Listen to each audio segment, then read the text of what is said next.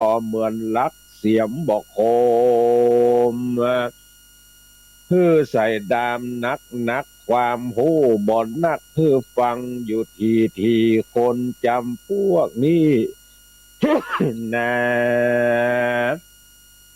เต้ามาเหมือนหมอตีปากปิดตูเจ้าเตดพอหิวพออิดมันก็ถึงบอกเข้าใจนับนั่งฟังไปพร้อมเปื้อนเต้าอ่าน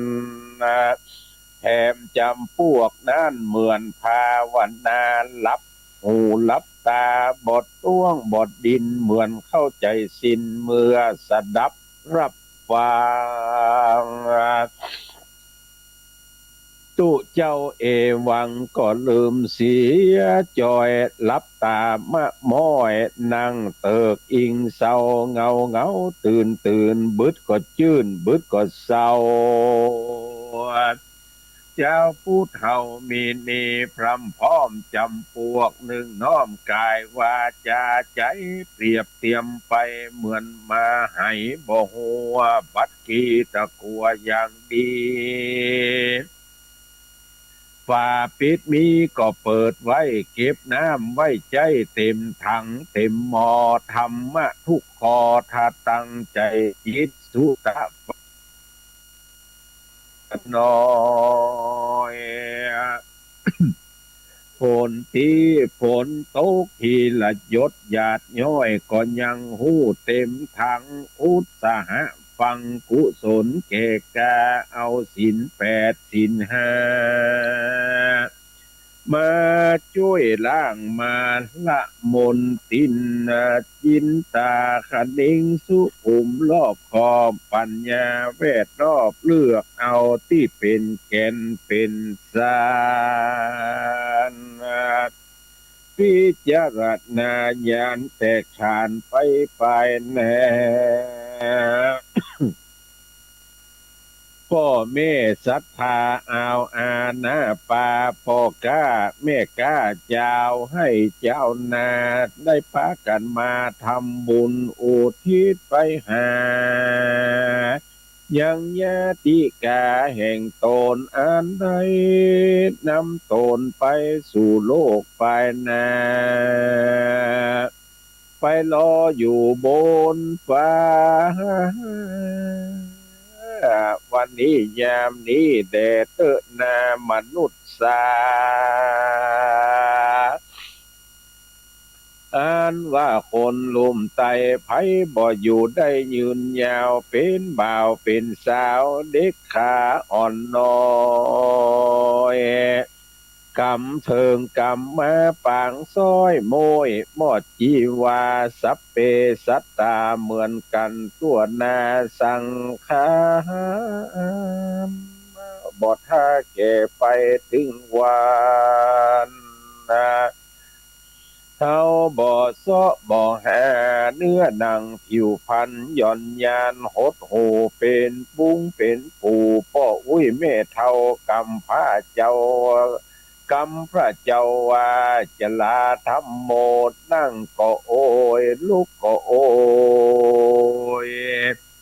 เจ็บแข้งปวดขาเฮาบ่ต้องเสาะหา มันก็เอามาเฮอมีเงินหมื่นตือขอแลกขอซื้อเฮอกับเป็นหนุ่มเป็นสาวมีอายุยืนยาวร้อยสาวขวบเขาก็ฝืนธรรมดากาละเวลาล่วงเลยใจมันบ่ได้ล่วงแต่เวลาอายุตีคาถอยทดลดสันแก่ไปอยู่จะจันตามปีเดือนวานตามโบสถ์ประพันธ์ว่าไว้ไปบอกกลับรับบ่ตื่นฟื้นบ่มีนี้บ่โป้นนั่นแหละนะก้อยบอกกลับได้แก่กาลละเวลาจักเรียกร้องคืนมาเป็นอันบ่ได้ องค์พระที่ไวยตรัส กล่าวไว้เป็นบทบาลีว่าอัจเจนติการะตระยันติรติโยวาโยคุณาอานุภูมิพังชะหันติกาโลคัสสติภูตานิสภะเนวะสหตนาวันคืนย่อมผ่านไปการเวลาย่อมล่วงไปชีวิตและวัยย่อมผ่านไปเวลาที่ล่วงไปนั้นมันบ่ได้ล่วงไปเฉพาะเวลาย่อมคาจีวาสัตตาตัวนาพ่อเมศรัทธาเจ้านายไพรฟ้าจุ้งพิจารณาชีวิตเกิดมาอย่ามัวเมาพับมาดเฮาต้านตั้งหลายเกิดมาหนึ่งจาดมันสร้างความดีเวลาวาลีบ่รออยู่ทาอย่าได้อ้างระอ้างลังรอต่อไปปีหน้าก้อยกระทำบุญเร่งรีบทำบุญเมื่อเฮายังหนุ่มสีนาจุ่มวันไวมัจจุลาดมาตันก็จวดหลังจวดแน่เหิงเมินนานจ้าก็จักฟ้าเสียใจตานศีลภาวนาไม่ต่างหมดใส่สะอาดปริจาคะบริจาคทานไป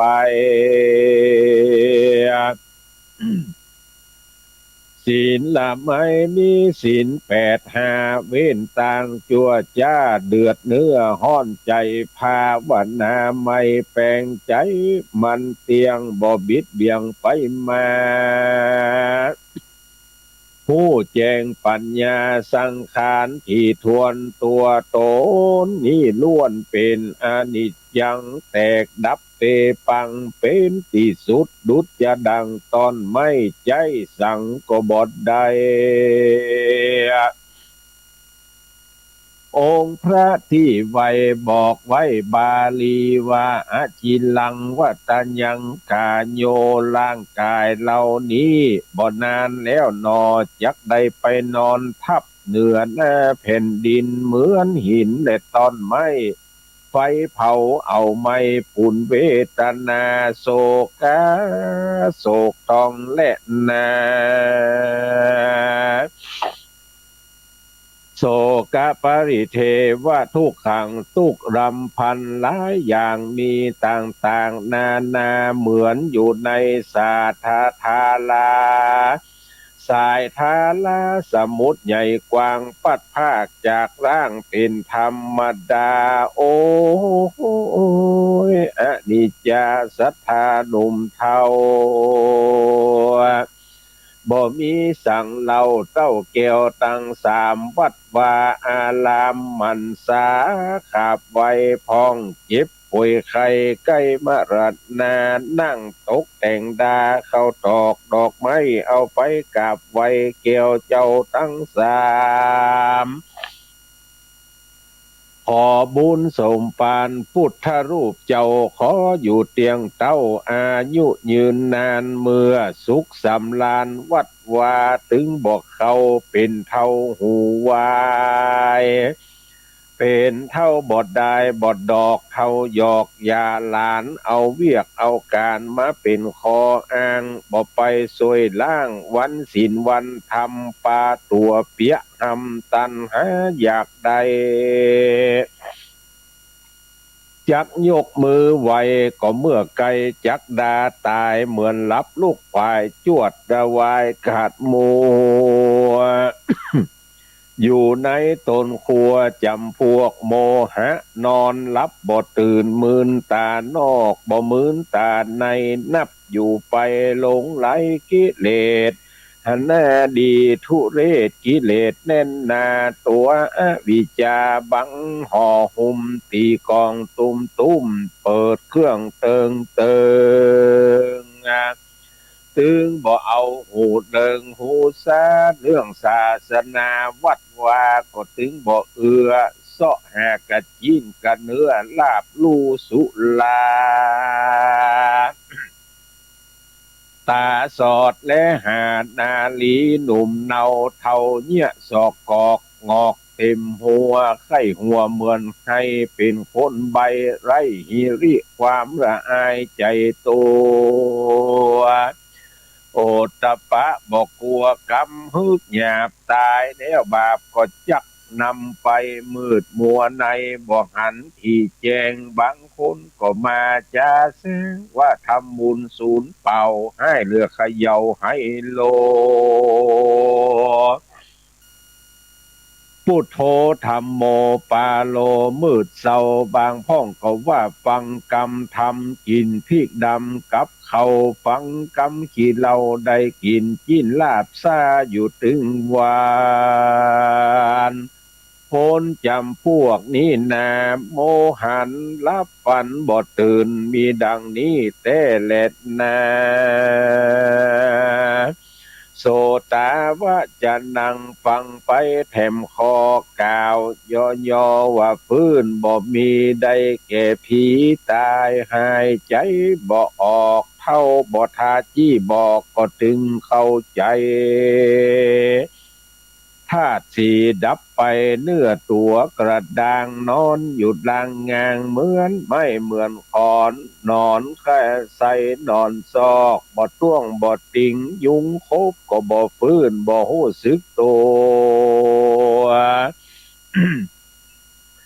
เขาเอาไม้ลัวจุดไฟเอาไม้ถึงบ่ห้องให้เพราะขาดวิญญาณตายแถมประการคือว่าความประมาทขาดศีลขาดธรรมโลภโมโทสันหันแต่จักใดทรัพย์สินเหลือใจบ่จ่ายเตตานชอบไปละลานพี่น้องเจ้าบ้านใจเดือดานก่อกรรมก่อเวร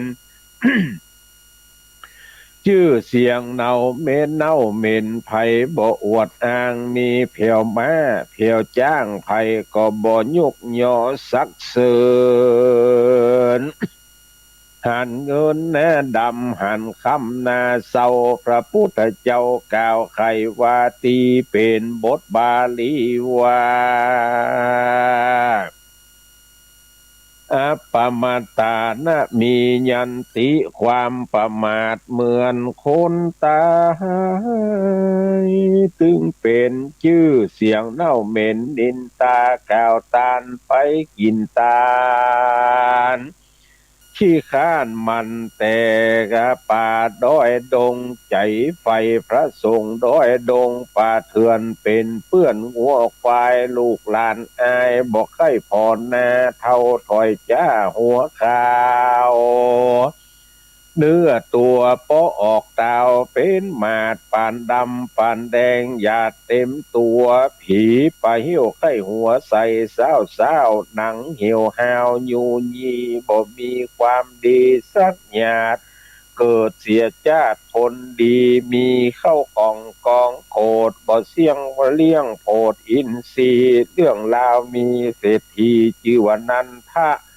มีสัพพะทรัพย์สินมีเหลือกินเหลือใจเก็บเมียดไว้บ่จุนเจือสุดแต่ลูกแต่เมียบริวารคนใจ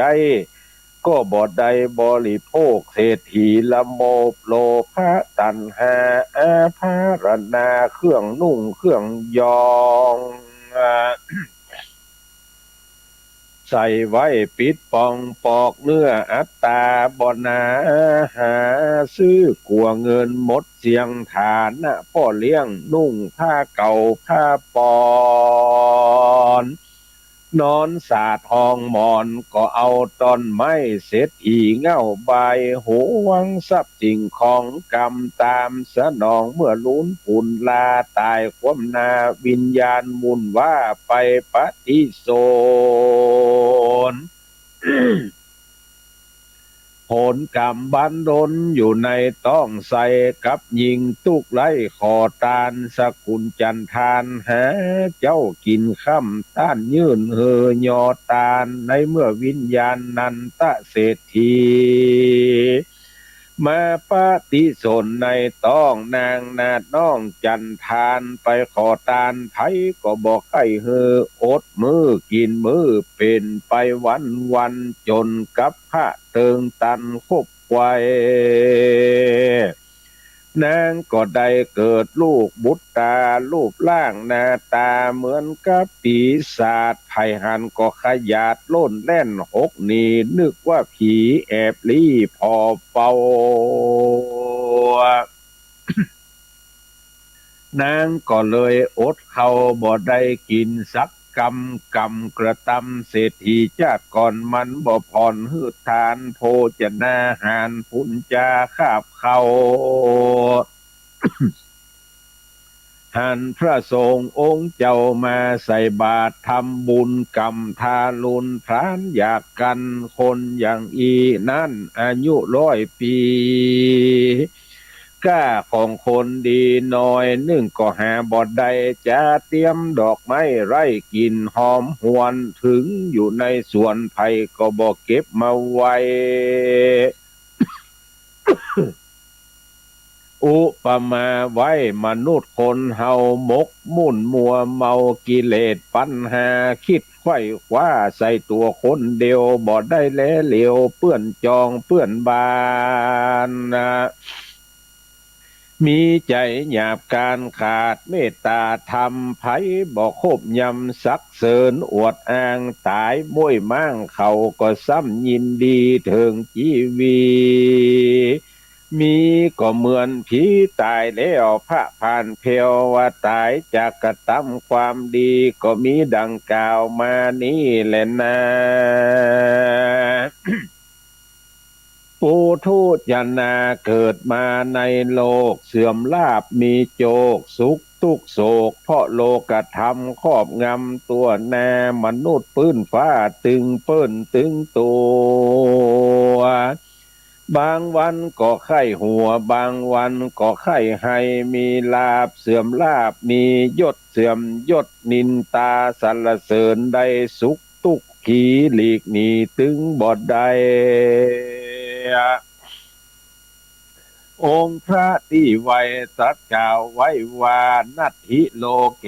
อนินทิโตคนบ่ถูกนินทาบ่มีในโลกเหมือนเสียงลาบเสียงโจกมีใดและมีเสีย ถูกยอถูกเทียนินตาเล่านาลับหลังก็ไข้คาหันหน้าก็เอ็นดูเป็นมิตรสัตว์ทะลูเหมือนงูผู้ปิดอิจฉาคอยโคนหันเพื่อนดีกว่าตนทนอยู่บอดใดหันเพื่อนยากไล่ก็มาดูแควนตาสวกแซมหาเรื่องสนสอ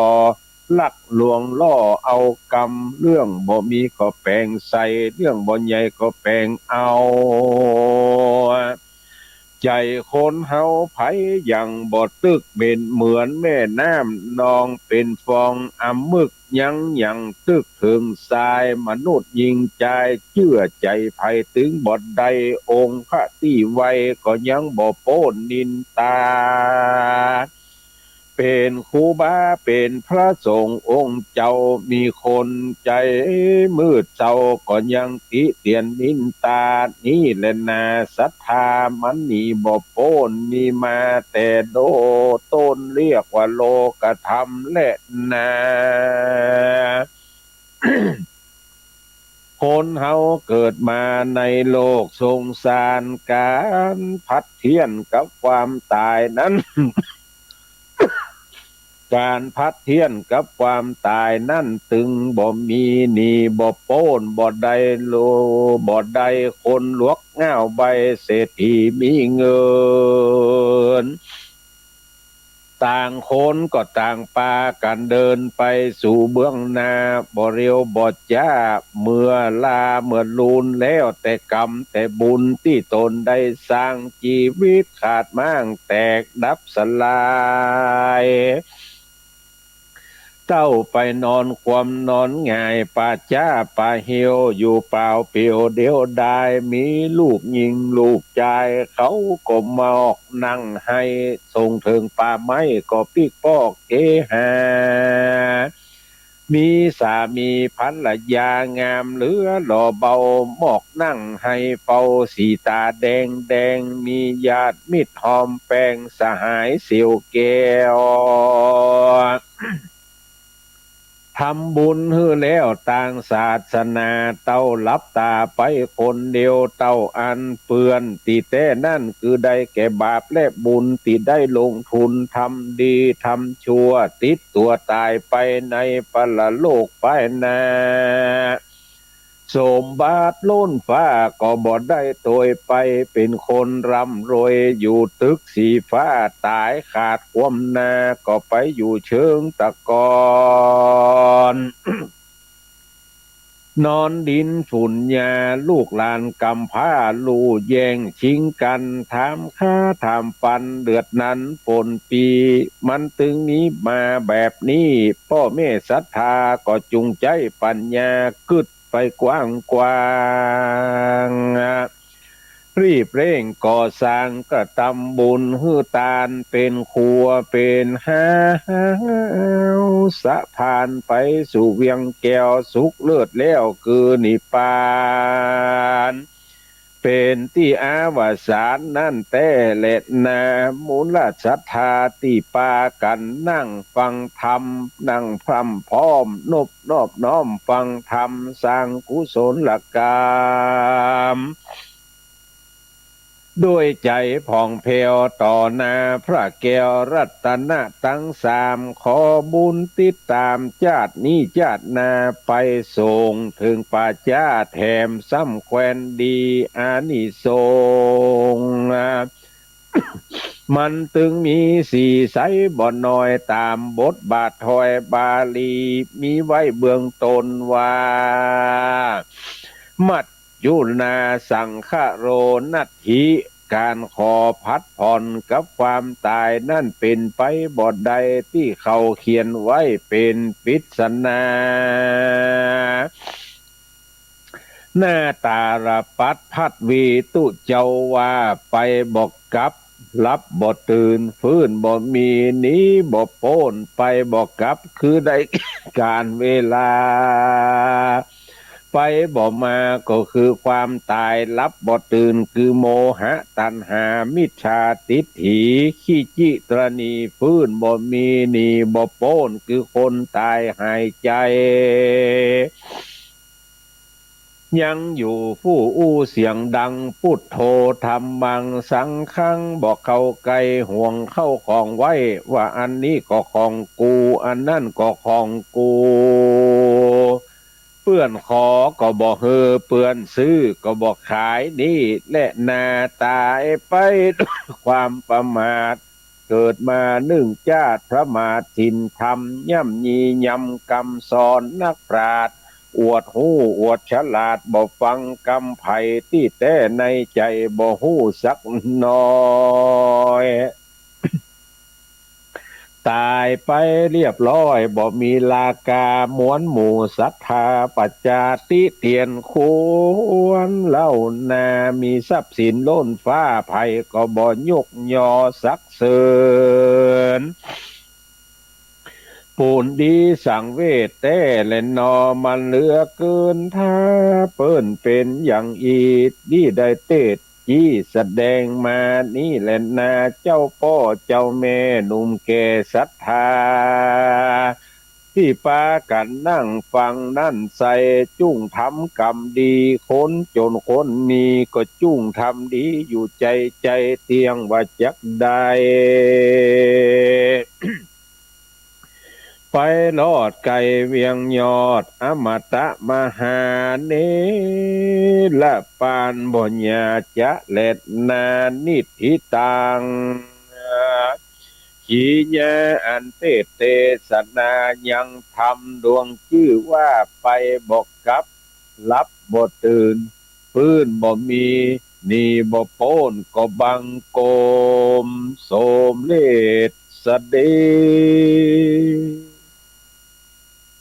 บรรดาท่านผู้ฟังทั้งหลายก็ได้รับฟังพระธรรมเทศนาพื้นเมืองเหนือเป็นทำนองร้อยแก้วในเรื่องของการเป็นการตายการอยู่ในเรื่องของไปบ่กลับรับบ่ตื่นฟื้นบ่มีหนีบ่พ้นดังที่เฮาท่านทั้งหลายได้สดับไปแล้วนั่น การเกิดแก่เจ็บตายของคนเฮาท่านทั้งหลายเนี่ยมันก็ย่อมมาจากกรรมคือการกระทำที่เฮากระทำไว้จะเกิดมาดีจะไปเกิดดีหรือจะเกิดมาทุกข์หรือไปเกิดติดทุกข์ติดยากนั้นล้วนแต่กรรมที่เฮาท่านทั้งหลายทำมา ถึงวันนี้เฮาท่านทั้งหลายได้เสวยกรรมเก่าที่เฮาได้กระทำมาในอดีตแล้วกรรมใหม่จะให้ผลมาได้ก็ต่อเมื่อเฮาเสี่ยงชีวิตจากโลกนี้ไปสู่โลกภายหน้าจะได้เสวยกรรมใหม่บางผู้บางคนหรือบางกรรมที่มันโตยตันเนี่ยเหมือนคนสมัยใหม่ว่าไปเนี่ยกรรมมาเดียวมันบัดไตขอบดงขอบเหิงมันไตขอบบุรีกระแลด คือบุรีตองข่าวเนี่ยมันโวยทำแล้วได้โวยเพราะว่ากรรมบางอย่างนี่ทำแล้วฮื้อผลจ้ากรรมบางอย่างทำแล้วฮื้อผลโวยถ้าบุญมาวาสนาก็ช่วยที่ป่วยก็หายที่นายก็ฮักอันนี้กรรมโวยบุญบ่มาวาสนาบ่ช่วยที่ป่วยก็นักที่ฮักก็หายสอย อันนี้ก็เพราะว่ากรรมที่เราทำไว้มันฮื้อผลจ้าฮื้อผลบุยตามการตามเวลาของมันกรรมที่เราท่านทั้งหลายทำเนี่ยบางอย่างมันจะส่งผลแผ่วลูกแผ่วหลานแผ่วลูกแผ่วหลานจะได้เพราะว่ากรรมติดเข้าติดของที่เราห้องกันว่าเป็นอันนั้นอันนี้เนี่ยมันเจี้ยพ่อเจี้ยแม่มันติดมาอันนี้คือกรรมพันธุ์กรรมพันธุ์กรรมพันธุ์นี่มันติดสืบลูกสืบหลานอย่างพ่อเป็นเบาหวานแม่เป็นเกาเกิดลูกมาแหมสองคนคนหนึ่งต้องหับเกาไปคนหนึ่งต้องหับเบาหวานไปนี่เป็นกรรมพันธุ์สืบกันไปอยู่จะอีดังนั้นก็คือท่านทั้งหลายทำตามคำสั่งสอนของพระพุทธเจ้าพระพุทธเจ้าสั่งสอนเวนยสัตว์ทั้งหลาย3อย่างนะท่านทั้งหลายอย่างที่1ก็คือฮือตานอย่างที่2ก็คือฮือรักษาศีลอย่างที่3ก็คือเมตตาภาวนาเพราะพระพุทธเจ้าสั่งสอนเวนยสัตว์ทั้งหลาย3อย่างเท่านี้สอน3อย่างบ่ได้สอนไปอย่างอื่นแล้วเมื่อเอามารวมกันแล้วสอน3อย่างถ้าจะฮือเหลือ2ก็สอนฮือทำดีสอนฮือละความชั่วความบดีทั้งหลายอันนี้พระพุทธเจ้าสั่งสอนถ้าเราทำอย่างนี้แล้วชื่อว่าทำตามคำสั่งสอนของพระพุทธเจ้าถ้าทำนอกเหนือนี้ไปชื่อว่าบ่ได้ทำตามคำสั่งสอนของพระพุทธเจ้าทำตามใจตัวเก่าว่าถ้าทำตามใจตัวเก่าว่าเนี่ยจะเกิดความลำบากใจในวันข้างหน้าแทนเพราะฉะนั้นต้องทำตามคำสั่งสอนของพระพุทธเจ้าเปิ่นมีกินมีตานไหนเขาก็ไปเปิ่นมีงานที่ไหนเขาก็ไปอย่างวันนี้นี่ตั้งแต่9 โมงเป็นต้นไปเนี่ยจะมีงานฉลองสมณศักดิ์ที่วัดออนหลวยตำบลออนเหนืออำเภอแม่ออนจังหวัดเชียงใหม่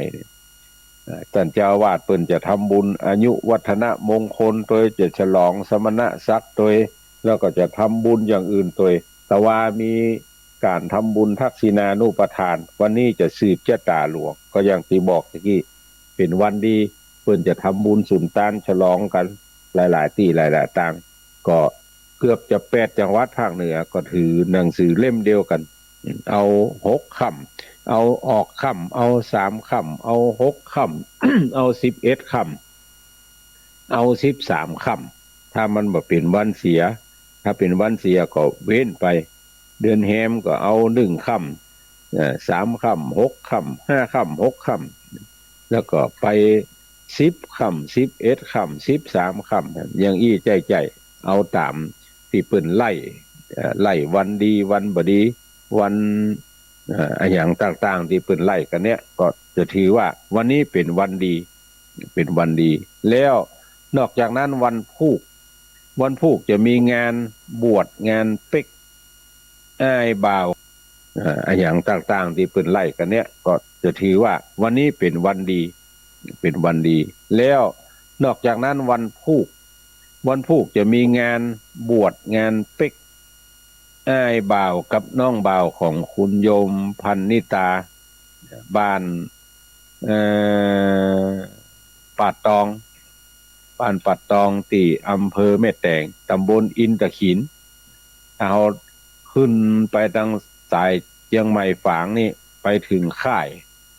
ทหารแม่แตงก็เลี้ยวเข้ามาแต่ถ้าเอาเข้าตั้งเขื่อนก็เข้าไปตัว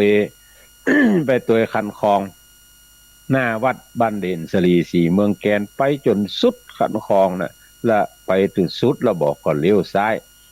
ยไปสักหน่อยก็เจองานละเอ่อครูบาอาจารย์ทั้งหลายที่เป็นพระนักจัดรายการคลื่นสีขาวก็จะไปรวมตัวกันที่หั่นหลายตนหลายองค์อยู่วันพุธเพราะว่าเจ้าภาพนิมนต์ไปร่วมพิธีเอ่อกำไทยว่าปลงผม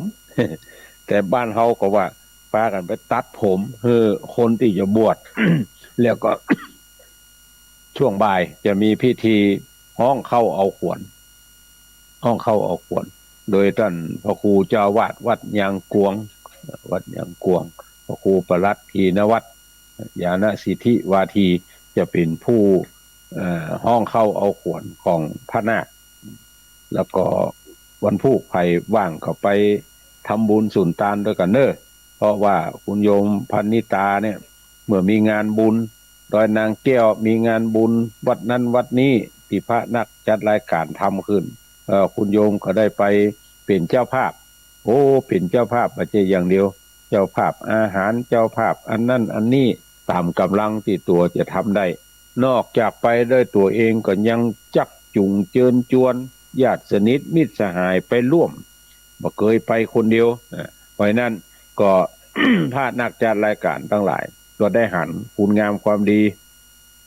ของคุณโยมที่ได้ช่วยเหลือเพื่อปลายพระพุทธศาสนาโดยเฉพาะที่ม่อนพระเจ้าสี่สองเมืองดอยนางแก้วเนี่ยคุณโยมลูกจากแม่แตงไปอยู่ได้ไข่ตึงวันในช่วงที่พระเจ้าพระสงฆ์ประพฤติวัดปฏิบัติธรรมเข้ากรรมปีต้นปี65นอกจากนั้นมีงานแต่ละคราวมีงานแต่ละเตื้อคุณโยมก็บ่เคยละเคยขวางวันพุธพระนักจัดรายการก็จะปากันไปฉันพัฒหารเพนที่บ้านคุณโยมกันดังนั้นก็เจือนจวนศรัทธาอยู่ใกล้อยู่ไกลก็ไปห่วมกินหอมตาลด้วยกันเนอะเพิ่นจะบวชเพิ่นจะเป๊กอ้ายเพิ่นน้องเพิ่นจะเอาไปบวชไปเป๊กที่วัดพระธาตุดอยสุเทพราชวรวิหารบนดอยสุเทพปุ่นในวันถัดไปครับเพราะนั้นวันพุธวันที่28ถ้าวันที่20แม่น่ะ28พอหลงวันหลงคืนเมาเข้ากับวันที่28ก็จะมีพิธีห้องเข้าเอาขวัญโกนผมกันวันพุธก็เชิญไปร่วมทำบุญสุนทานด้วยกันเน้อนอกจากนั้นแล้วในวัน วันที่5 กุมภาพันธ์ที่จะถึงนี้นั้นวันที่5 กุมภาพันธ์ที่วัดกำแพงหินตำบลเทพเสด็จอำเภอดอยสะเก็ดจังหวัดเชียงใหม่วัดของหลวงพ่อเจ้าคณะตำบลปะเมียงเทพเสด็จหลวงพ่อพระครูโสพลบุญยวัฒน์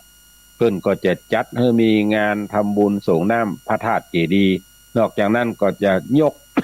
ยกชัดเจดีย์ซึ่งผู้ใจบุญนายทุนผู้ใจดีก็มาฮับ เป็นเจ้าภาพเปลี่ยนชัดเป็นเจ้าภาพทาสีพระธาตุแถมใหม่ทาสีพระธาตุแถมใหม่หลวงพ่อกับคณะศรัทธาแก่วัดแก่บ้านอาจารย์น้อยนานทหารเก่าจะปากันทำบุญยกชัดในวันที่5 กุมภาพันธ์จะเอาเวลาบ่ายเพราะเวลาช่วงเจ้านั้นหลายวัดหลายวาก็จะทำบุญส่งน้ำพระธาตุกันมีในช่วงเมื่องาย9 โมงก็ที่วัดหิรัญยวาสไม่ห้อยเงินเหนือในช่วงบ่ายโมงก็ที่วัดฝั่งกำแพงหิน แต่ช่วงเวลาอื่นๆแถมนอกจากนั้นก็ปล่อยหลวงปล่อยล้ำหลายที่หลายทางก็เชิญชวนท่านทั้งหลายไปร่วมกินหอมตาลด้วยกันแถมงานหนึ่งก็เชิญชวนลูกศิษย์ลูกหาแล้วก็พี่น้องศรัทธาที่ฮู้จักมักคุ้นกับพระเดชพระคุณหลวงพ่อพระครูสุมนประสิทธิ์อดีตรองเจ้าคณะอำเภอ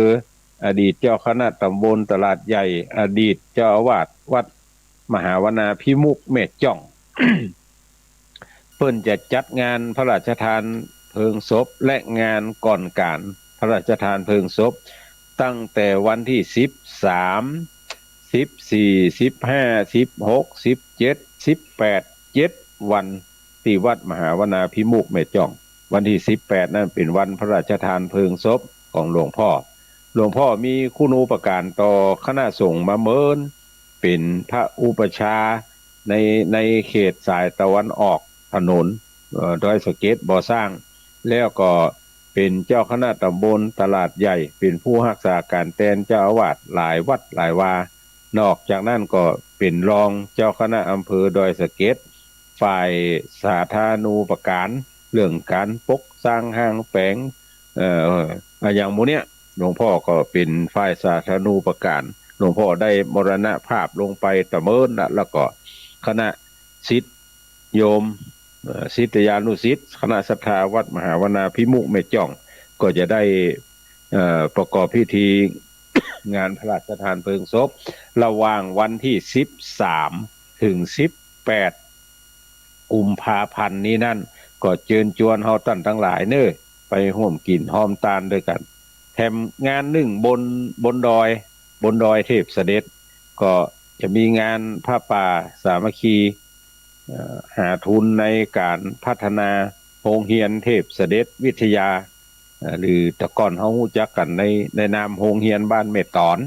ต่อมาทางการได้เปลี่ยนชื่อเป็นโรงเรียนเทพเสด็จวิทยาก็จะได้ จัดให้มีการทำบุญตอดผ้าป่าพี่น้องที่อยู่ตำบลเทพเสด็จก็คิดว่าคงจะได้ซองเหมือนกันทุกหลังหอหลังคาเฮือนแล้วก็ทางโรงเรียนได้ดำเนินการตั้งประธานกรรมการสถานศึกษาได้มอบหมายให้โรงเรียนได้นำเอาซองผ้าป่าทั้งหลายไปมอบไปแจกประชาสัมพันธ์คือท่านทั้งหลายทุกหลังหอหลังคาเฮือนแล้วในวันที่16กุมภาพันธ์ที่จะถึงนี้นั่นเวลาบ่าย2 โมงก็เชิญชวนไปร่วมกินหอมตาลด้วยกันเนอะหลายท่านก็ทำบุญสุนทานในแต่ละที่ละแห่งก็ตามอัธยาศัยของท่านทั้งหลายส่วนหนึ่งก็ขอขอบคุณ อนุโมทนากับพี่น้องศรัทธาทั้งหลายเนอะที่มาร่วมกินหอมตาลเนื่องในงานประพฤติวัดปฏิบัติธรรมของพระเจ้าพระสงฆ์ที่วัดแม่ฮ่องไคเมื่อวันที่16ถึง21มกราคมที่ผ่านมานั่นก็ได้รับความเมตตาธรรมจากพระเจ้าพระสงฆ์คืนสีขาวโดยเฉพาะอย่างยิ่งตุลุงดอยหลวงปู่พระครูปฏิภาณธรรมทินได้เอาลูกศิษย์ลูกหามาช่วยเป็นสงฆ์เข้ากรรมเพราะว่าอาตมาภาพบ่ได้ออกฎีกานิมนต์ไผซักตนเพียงแต่บอกด้วยกำปากว่าจะขอจิตอาสาไปช่วยกัน พัฒนาวัดวาอารามไผว่างก็ไปเข้ากรรมด้วยกันเด้อก็มีถึงหมดกัน15รูปที่เป็นจิตอาสาหลายท่านก็ติดภารกิจเลยบ่ได้มาร่วมกินหอมตาลด้วยกันแฮมงานหนึ่งที่จะประชาสัมพันธ์เชิญชวนท่านทั้งหลายอาตมาภาพพร้อมโดยคณะสงฆ์อำเภอคณะสงฆ์ตำบลแล้วก็ท่านพระครูศรีปทุมลักษณ์ท่านพระมหาสังวรสังวรยาโนแล้วก็โรงเรียนดอยสะเก็ดพดุงศาสตร์ได้จัดทำโครงการแปลงหนทางเข้าสู่สำนักสงฆ์เทพนิมิตรบ้านเปียนหมู่ที่2ตำบลเทพเสด็จอำเภอดอยสะเก็ดก็ระยะทางจากปากทางบ้านตาทรายเข้าไปที่สำนักสงฆ์เนี่ย มีจำนวนอยู่3 กิโล3 กิโลเมตรทีนี้มันบ่ได้เทปูนบ่ได้ลาดยางบ่ได้ลาดปูนบ่ได้อย่างสักอย่างมีก็ขี้ฝุ่นจุ้งๆเนี่ยมีอยู่622 เม็ดใน622 เม็ดเนี่ยก็คิดใจว่าใครเทปูนเทอย่างการสัญจรไปมาเข้าออกสำนักสงฆ์ได้สะดวกโดยเฉพาะแล้ว พี่น้องที่อยู่ตั้งนอกเนี่ยมักจะเอาพืชผลทางการเกษตรที่อยู่ตั้งในนะออกมาเข้าออกแล้วใครถึงวันยามแล้งนี่บอกมีปัญหายามฝนมันเป็นขี้เปอะเข้าออกเนี่ยก็เลยอินดูพี่น้องศรัทธาชาวบ้านโดยเฉพาะอย่างยิ่งที่จะเข้าไปกินไปตานสำนักสงฆ์บ้านเปียนเนี่ยก็เลยกึดกันว่า เขาช่วยกันแปลงถนนปะเทเอาหนาสัก7 เซนก็พอละคือศรัทธาชาวบ้านได้เข้าได้ออกก็ประกาศเชิญชวนมวลพี่น้องศรัทธาทั้งหลายร่วมบุญกันเป็นตารางเม็ดละ199โดยการโอนผ่านบัญชีของกองทุนพัฒนาสำนักสงฆ์เทพนิมิตรบ้านเปลี่ยนเนี่ย ก็มีผู้บริจาคให้หอมมาก็พอให้พอดีเมื่อได้เงินพอให้พอดีเหล่านั้นก็นำเงินไปซื้อปูนมิกซื้อเหล็กไวเมดแล้วขอกำลังชาวบ้านกำลังพระเนนจากวัดวาอารามต่างๆในตำบลพ่องต่างตำบลพ่องนักเรียนโรงเรียนดอยสะเก็ดพดุงศาสตร์พ่องช่วยกันไปปรับเอาไม้สร้างเนี่ยมาแปลงแบบตั้งข้างช่วยกันปรับช่วยกันยั้งแล้วก็เอาปูนเอาไวเมดไปวางเอาปูนไปเทตัดใดสูงก็ค่ำเพื่อมันต่ำตัดใดต่ำก็ย่อเพื่อกุงตัดใดสูงก็ขุดออกนี่เป็นต้นก็ป้ากันกึดล่ำตำสร้างในส่วนเนี้ยก็มีผู้มีจิตศรัทธาให้หอมมาอาตมาภาพพร้อมโดยทีมงานก็เอาไปซื้อปูนซื้ออย่างมาดำเนินการไปเรื่อยๆทีนี้จะตอดผ้าป่าในส่วนเนี้ย ในวันอาทิตย์ที่2 เมษายนวันอาทิตย์ที่2 เมษายนในช่วงนี้ก็เปิดรับบริจาคเลยไผ่เปิงใจที่จะทำบุญตาลถนนกึดถนนเนี่ยเหมือนพญาอินตาสมัยเมื่อเป็นมัคคะมานพก็กึดถนนคือเป็นตาลเนี่ยก็ให้หอมกันมาตามกำลังทรัพย์ของท่านทั้งหลายเนอะตารางเมตรละ199 บาทบ่ต้องเอาสตางค์มาที่อาตมาภาพหรือตู้เจ้าตนหนึ่งตนใดที่ท่านทั้งหลายโอนไปที่ธนาคารเพื่อการเกษตรและสหกรณ์ การเกษตรที่เขาห้องกันว่าทกสโอนไปที่ทกสแล้วก็ส่งสลิปให้อาตมาภาพโดยกรรมที่หมายเลข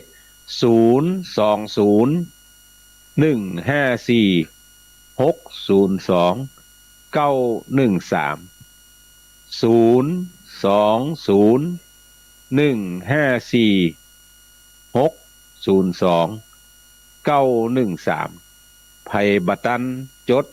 เกาะฟังแห่มกำบัญชีเลขที่0201546029113หอมตามกำลังทรัพย์ของท่านทั้งหลายที่จะหอมกันได้ตารางเมตรละ199 บาทเอาช่วยกันยกหินยอตานแปลงเกินแปลงสะพานขึ้นไปสู่จันฟ้าเพราะว่าการทำบุญฮือตานการสร้างถนนหนทางอย่างอื่นเขาก็สร้างมานักละแปลงวิหารแปลงโบสถ์แปลงศาลาแปลงธาตุแปลงสปะแปลงเปิ้นกินเปิ้นต้านในเขาก็ไปห้อมตามกำลังเขามาโดยตลอดแต่ว่าการสร้างถนนหนทางนี่ส่วนมากเป็นหน้าที่ของอบต.เป็นหน้าที่ของเทศบาลจะทำกันโดยตรงแต่ว่าในส่วนเนี้ย มันการเข้าออกมันใช้เส้นทางอยู่2 ฝากคำว่า2 ฝากนี่คือฝาก2 กิโลเป็นเขตของอำเภอแม่ออนแหมฝาก1 กิโลเป็นเขตอำเภอดอยสะเก็ดจึงทำเมื่อการพัฒนานั้นมันจะต้องเปิ่งปะอาศัยอู้จากันตึงสองฝากว่าเขาจะพัฒนาจะใดอย่างจะใดงบประมาณในการจัดการเนี่ยก็ยังที่เขาท่านทั้งหลายได้รับทราบว่ากว่าจะได้งบประมาณอย่างสักครั้งหรือว่างบประมาณอย่างสักอย่างเนี่ยมันจะต้องใช้เวลา ใช้เวลาพอสมควรเพราะว่าการ เบิกจ่ายงบประมาณของรัฐเนี่ยมันอู้ยากจะได้เพราะว่า1 บาทก็ต้องมี1 ดีกา1 ล้านก็ต้องมี1 ดีกาจะไปเบิกเงินได้เนี่ยใช้เวลาพอสมควรดังนั้นก็ปากันเกาะกลุ่มลุ่มล้ากันช่วยกันสร้างช่วยกันแปลงเพื่ออำนวยความสะดวกให้ผู้ที่จะไปทำบุญสุนทานระยะทาง3 กิโลเมตรเนี่ยคือมันไปง่ายมาง่ายคนเฒ่าคนแก่ก็จะขี่รถเครื่องขี่รถถีบอย่างไปกันได้อยู่ดังนั้นก็เชิญชวนท่านทั้งหลายเนอะให้ห้อมกันแปลงถนนหนทางเข้าสู่สำนักสงฆ์บ้านเปียนตำบลเทพเสด็จอำเภอดอยสะเก็ดโดยการโอนไปที่บัญชีธกส02014602913ก็ขออนุโมทนากับท่านทั้งหลายที่ได้รับฟังมาเป็นเวลาอยู่51 นาทีกับ13 นาทีบัดเดี๋ยวนี้ก็ขอนำรายการจากท่านทั้งหลายไปก่อนจัตตาโลธรรมาวัฏันติอายุวันโนสุขังปะลัง